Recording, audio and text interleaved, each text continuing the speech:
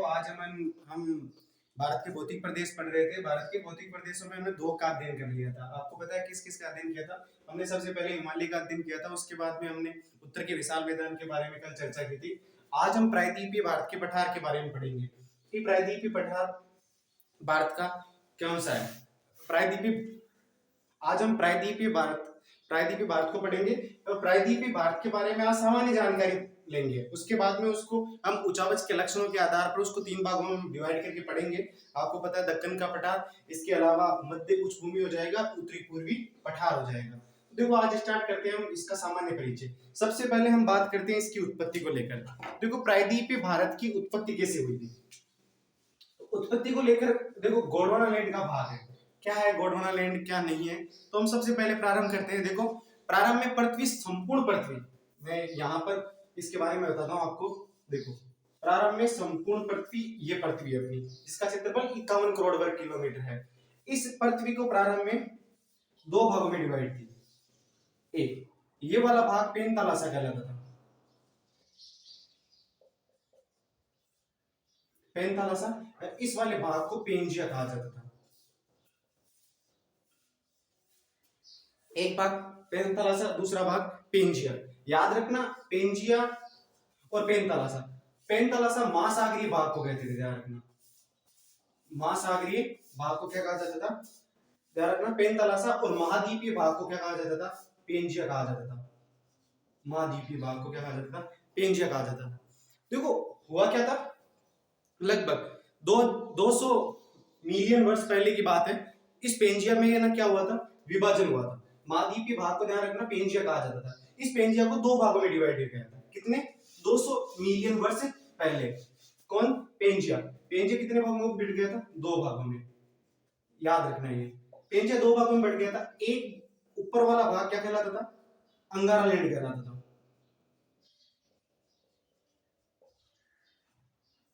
और पेंजिया का दक्षिण का भाग क्या कहलाता था? गोंडवाना लैंड। ये ध्यान रखना। उत्तर का भाग अंगारा लैंड और दक्षिण का भाग क्या कहलाता था? गोंडवाना लैंड कहलाता था।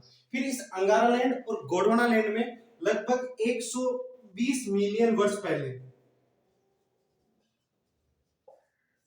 इन दोनों में क्या होता है? विभाजन होता है। कितने वर्ष पहले? 120 मिलियन वर्ष पहले इन दोनों में क्या हो जाता है? विभाजन। इन दोनों में विभाजन होने के बाद ही में कितने महाद्वीप बनते हैं? 7 महाद्वीपों का निर्माण होता है। पेनतालासा से जहां महाद्वीपों की, जहां पर खाली जगह रही थी वहां पर पानी चला गया था, तो पेनतालासा वाला पानी, जिसकी वजह से किसका निर्माण हुआ था? महासागरों का निर्माण हो गया था। 120 वर्ष पहले भारत गोंडवाना लैंड, किससे? गोंडवाना लैंड का हिस्सा था, जो अफ्रीका से टूटकर भारत किस दिशा में? उत्तरी पूर्व दिशा की ओर खिसक गया था। ध्यान रखना। इसी देखो मैं यहाँ छोटा सा मैप बना देता हूं इसके लिए। सुनो, देखो मैं यहाँ छोटा सा एक मैप बनाता हूं, समझना उसको। ये जैसे अपना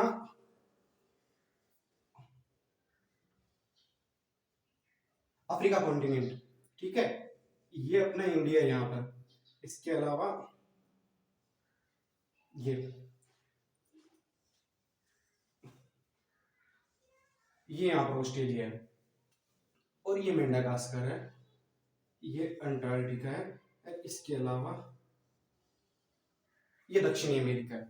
ये सारे के सारे इससे पहले क्या थे? सब के सब 120 मिलियन वर्ष पहले सारे के सारे क्या हुआ करते थे? एक। उसके बाद में इनका विभाजन प्रारंभ हुआ था। याद रखना ये इसे टूटकर अलग हुआ था। देखो ये सारे एक थे, जिसको हम गोंडवाना लैंड कहते थे। अंगारा लैंड और गोंडवाना लैंड दोनों आपस में क्या होते? मिले हुए थे। ध्यान रखना, जिसको हमने संयुक्त रूप से क्या नाम दिया था? पेंजिया, जो महाद्वीप था। ये भाग टूटकर सबके सब क्या पड़े? विवर्तनिक की वजह से ये क्या हो गए? अलग हो गए। प्लेट विवर्तनिक सिद्धांत हम पढ़ेंगे, ध्यान रखना। इसके अलावा महाद्वीपीय विस्थापन सिद्धांत भी पढ़ेंगे।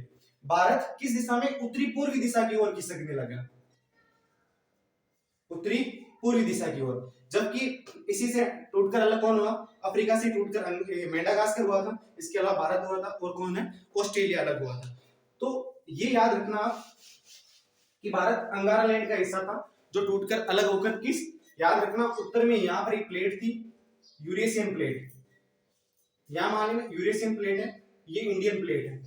कौन सी? इंडियन। यूरेशियन प्लेट से नदियां और इंडियन प्लेट से नदियां आकर यहां पर, आपको पता है अवसाद का निर्माण कर दी, जिसकी वजह से इंडियन प्लेट आगे की शक्कर, मैंने राजस्थान का भूगोल पढ़ाया था तब उस समय बताया था आपको, इसकी वजह से यहाँ पर वलित पर्वत का निर्माण हो गया जिसको हम हिमालय कहते थे। तो वही अपना इस प्रकार से अपना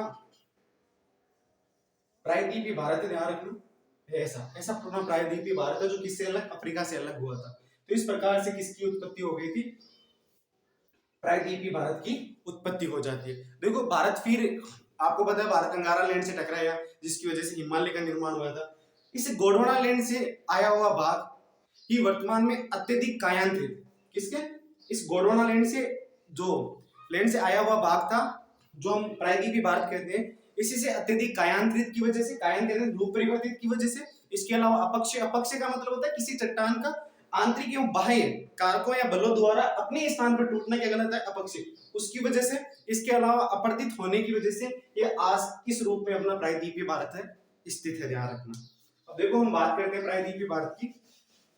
सबसे पहले हम प्रायद्वीपीय भारत की स्थिति की बात करते हैं कि प्रायद्वीपीय भारत की स्थिति भारत में कहाँ है स्थिति। तो देखो स्थिति की बात करें तो प्रायद्वीपीय भारत के उत्तर में मैदान स्थित है, ध्यान रखना, क्या स्थित है, मैदान। प्रायद्वीपीय भारत के पश्चिम में गिर पहाड़ियां हैं, कौन है, गिर। पूर्व में राजमहल की पहाड़ियां हैं,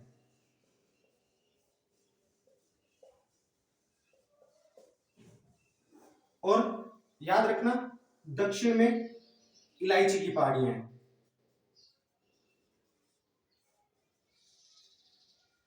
इलायची या कार्डमम की पहाड़ियां, यह आपको विशेष तौर पर ध्यान रखना। इसके अलावा उत्तर पश्चिमी दिशा में यहाँ पर अरावली भी स्थित है। देखो मैं बता देता हूँ आपको ये सारी लोकेशन। उत्तर में आपको देखो यहाँ पर क्या लिखा हुआ है, मैदान स्थित है। इसके अलावा यहाँ उत्तरी पश्चिम में यहाँ पर क्या स्थित है, इसकी अरावली है। यहाँ गुजरात में इसमें गिर की पहाड़ियां, यहाँ पर यहाँ का राजमहल की पहाड़ियां पूर्व दिशा में, और यहाँ पर कार्डमम की पहाड़ियां जिसको इलायची की पहाड़ियां भी कहा जाता है। तो ये हो गई इसकी स्थिति।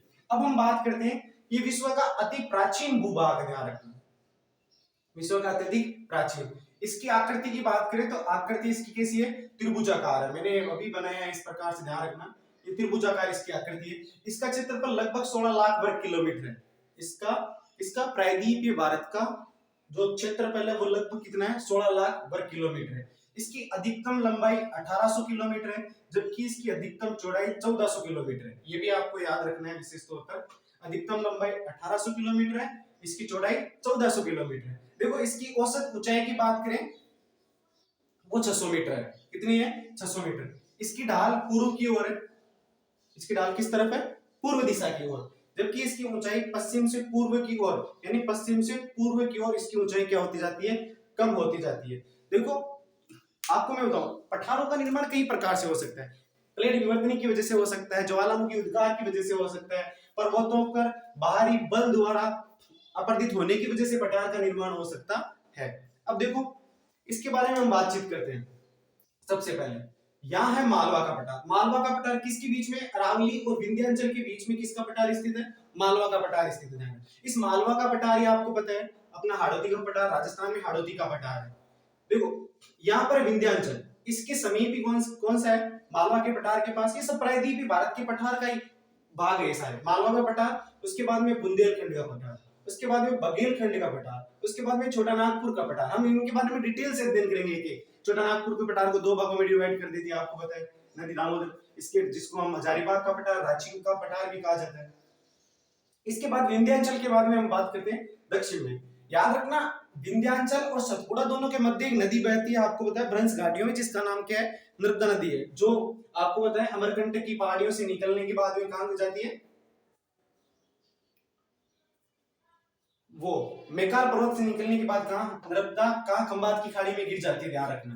देखो ये बात याद रखना, नर्मदा विंध्याचल और सतपुड़ा के बीच भ्रंश घाटी का निर्माण करती है, जिसकी वजह से विंध्याचल के उत्तरी क्षेत्र यानी प्रायद्वीपीय भारत के उत्तर में विंध्याचल का जो ढाल हो जाता है ना, वो उत्तरी दिशा में हो जाता है।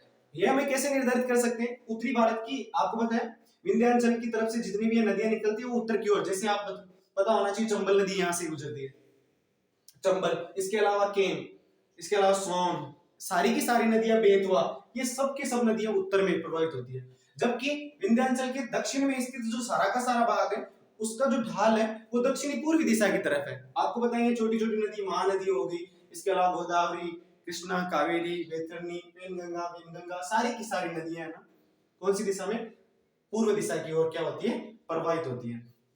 इसके अलावा देखो यहाँ पर सतपुड़ा रेंज है, सतपुड़ा के पास ही में महादेव श्रेणी है, महादेव श्रेणी के पास ही में कौन सी श्रेणी है, मेकाल श्रेणी है। सतपुड़ा, महादेव और मेकाल, देखो 3 ट्रेप, दक्कन ट्रेप धारवाड़ क्रम आपको करना कर्नाटक में, और कुडप्पा जो आंध्र प्रदेश में स्थित है। देखो कुडप्पा चट्टान, धारवाड़ क्रम और दक्कन ट्रेप, इन तीनों का ध्यान रखना। ये वाला भाग पश्चिमी घाट कहलाता है, ये वाला भाग पश्चिमी घाट, ये वाला भाग पूर्वी घाट कहलाता है। पश्चिमी घाट और पूर्वी घाट जहां दोनों आपस में मिलते हैं यहाँ पर उसको नीलगिरी घाट कहते हैं,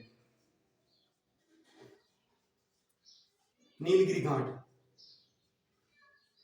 ध्यान रखना। ये आपको पता है तमिलनाडु, कर्नाटक और केरल की सीमा में। इसके बाद में इसकी सबसे ऊंची चोटी महेंद्रगिरी है जो 1502 या 1500 मीटर ऊंची है, ध्यान रखना। और देखो ये इसके अलावा कैमूर की पहाड़ी है, प्रायद्वीपीय भारत को, इसके अलावा यहाँ शिलोंग का पठार है जो प्रायद्वीपीय भारत का हिस्सा है, ध्यान रखना, प्रायद्वीपीय भारत का हिस्सा। कारण क्या, राजमहल की पहाड़ियों की पास ही में यहाँ पर किसकी मैदान की वजह से जिसे हम मालदा द्वीप कहते हैं, ये भाग अलग हो गया। यहाँ पर शिलांग का पठार और कार्बी एंग्लोंग का पठार भी स्थित है, ध्यान रखना। ये सारे के सारे इस पठार के हिस्से हैं। इसके बाद देखो हम बात करते हैं, इन सब का अध्ययन करने के बाद मैं अगले वीडियो में आपको जो प्रायद्वीपीय भारत का पठार है उस पठार को उच्चावच के आधार पर, जो मैंने पहले भी कहा था 3 भागों में हमने डिवाइड किया है, उन तीनों भागों का हम अध्ययन करेंगे, जिसमें दक्कन का पठार हो जाएगा, इसके अलावा मध्य उच्च भाग हो जाएगा और उत्तरी पूर्वी पहाड़ियां, जिनका हम डिटेल से अध्ययन करेंगे। इन डिटेल से अध्ययन में क्या क्या पढ़ेंगे कि कौन कौन सी सबसे ऊंची चोटियां हैं यहाँ पर, कौन सी यहाँ से नदियां निकलती है, ये सारा अध्ययन करेंगे। तो आज के लिए इतना ही, जय हिंद।